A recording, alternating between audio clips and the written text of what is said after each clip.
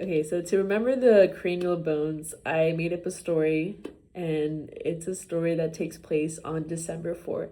And the reason why that date will be very important, I will tell you in a little bit. So the story begins with a rich guy. He lives in Beverly Hills, right? It's his birthday. So he is feeling himself. He's really confident. So right here, he's kind of like wearing a crown. He's feeling very like happy. It's his birthday. So I just think of like, whenever people celebrate their birthday, sometimes they have a crown, things like that. So coronal suture will be right up here. And next, turn the skull around. The sagittal suture. So the reason why I said December 4 is because I thought of Sagittarius, sagittal. So it's his birthday, December 4. He's Sagittarius, so sagittal suture. And since he's very rich, right, he drives a Lamborghini. So I was thinking Lamboid suture right here. Lamboid, Lamborghini. But the bad news, and it sucks, right, for anybody on their birthday to experience this, is that he gets a flat tire, okay? So the squamous suture on this side, yes, on this side, yeah, is a result of the flat tire. So that's how I remember the cranial bones. Okay, so this is going to be part 2 of the story. So now that we talked about the cranial bones, we can kind of go more into the worming bones. This skull doesn't really have it, but if there were to be, let's say, a squiggly line running to this side, kind of like sectioning off that little area from the rest of the sutures, that would be considered a wormian bone. But this skull doesn't have it. But I just wanted to show you what it would kind of look like. Next, we're going to talk about the frontal bone. So the reason why I bring up frontal bone in part 2 of the story is that the rich guy has a son, right? He calls his son and he says, hey, I need you to come pick me up. I have a flat tire. Frontal bone, right? This son is already, like, he has so much on his plate, but he's already upset. So he's going to start to feel a headache right here. The supraorbital foramen, these little holes right here, I think of Supra. So the son drives a Supra. His dad has a Lamborghini, but the son, he drives a Supra. So supraorbital foramen. That's what I think of right here. And then the frontal sinus. So I think of it more so towards the front. Again, it's because, I think that the son is already really annoyed that his dad is asking him a favor. But ultimately, he realizes that, hey, it's my dad's birthday. So I need to go pick him up. And then parietal bone, the 2 halves. I thought about the son, right? He cares about his looks. I thought about him putting on some pomade. So pomade, parietal, 2 halves of the skull, right? When you're putting on pomade, you're making sure that it's going all over your hair, making sure it looks nice. So that's how I thought about wormian bones, frontal bone, and the parietal bone. Okay, this is part 3 of the story with the rich dad and his son. Now we're going to talk about the occipital bone. The occipital bone is going to contain the occipital condyles. So they're going to be right here. Now, the rich dad, right? He's stuck. He has a flat tire. Somebody pulls up, right? It's his enemy or his op. So I was thinking op, occipital.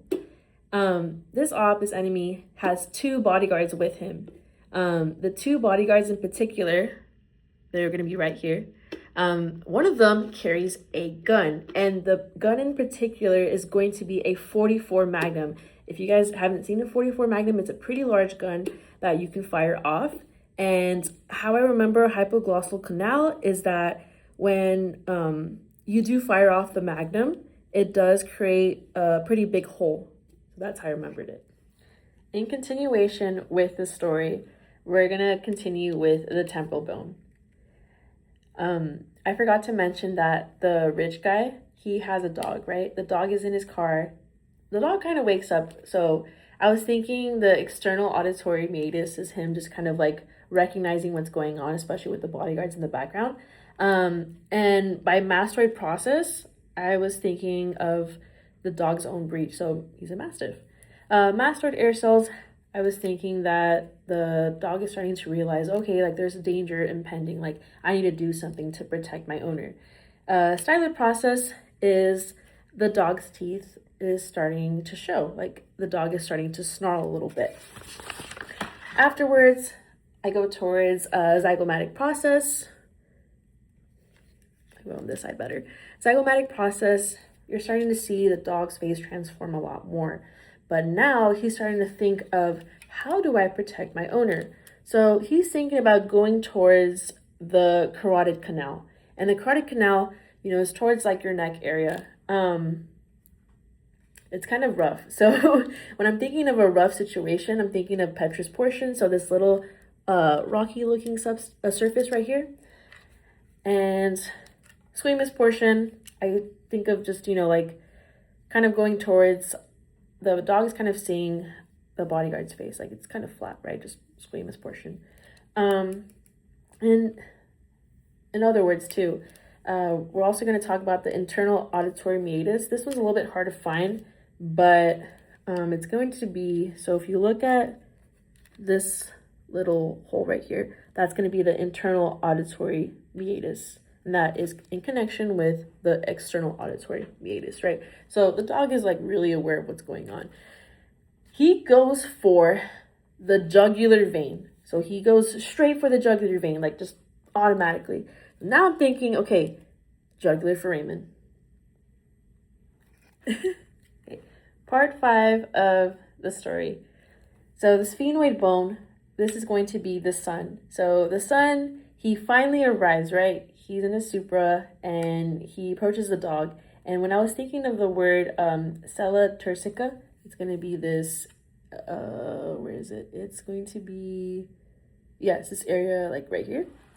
I was thinking of like, it sounds like a name. So let's just say the dog's name is Sella turcica, so it sounds easier to remember.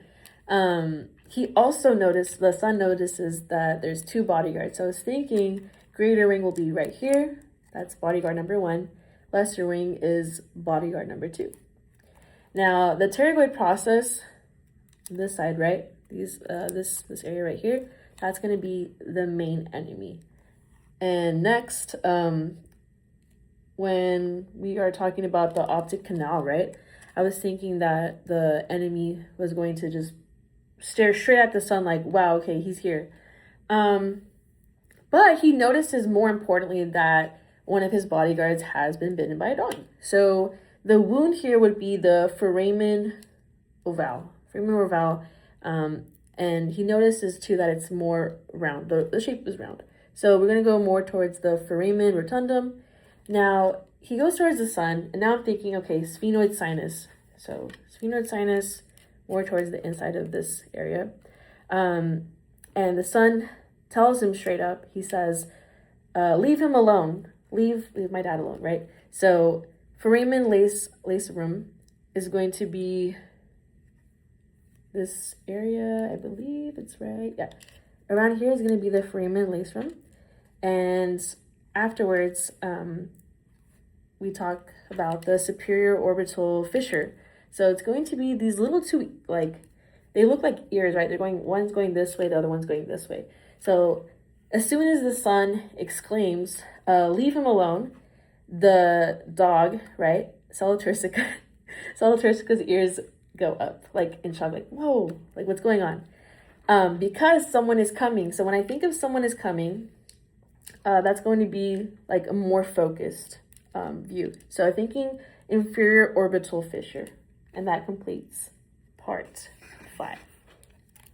Okay, this is part 6, and this is going to be the final part of the story. So with the ethmoid bone, this is more towards, it's below the eyes and kind of like towards the bridge of the nose. So the story ended off with the dog finding out that someone was coming, right? The mom comes out. So this is the mom of the son. So she comes out in her car, and I think it was because she was on her way to, you know, follow her husband, like off to where they were going to. But the thing is that she has a birthday cake in her hand because it's her husband's birthday, but she cannot believe that everything's going on right now. So crib reform plate, the birthday cake is on a plate. So I'm thinking, okay, plate right here. Olfactory foramina has a lot of different holes. The birthday cake is special because it's a sponge cake. So it's very moist. It has a lot of flavor to it, and that's the husband's favorite cake. Now, Crista galli, I was thinking right here, this little pointy area. Krista is the name of the mom slash wife. Krista Golly. And then the perpendicular plate will be over here. This one, I was just thinking that it looks kind of like what you would use to cut a cake with. So cake knife. So the cake knife is obviously with the cake. That's normally what stores provide you with. But get this too. So they're in Beverly Hills, right? And it's December 4th, but the air is not great, right? Because sometimes in December it can be kind of warm. So the mom, she's starting to experience a lot of irritation like around her nose area. So I was thinking ethmoidal air cells, ethmoid sinus, that usually helps you filter warm and, humidity, the air that you're breathing. She's worried that she'll end up with a nosebleed, so middle nasal concha. And she doesn't want to make a scene because it is her husband's birthday. And that's it for the story for now. Thank you.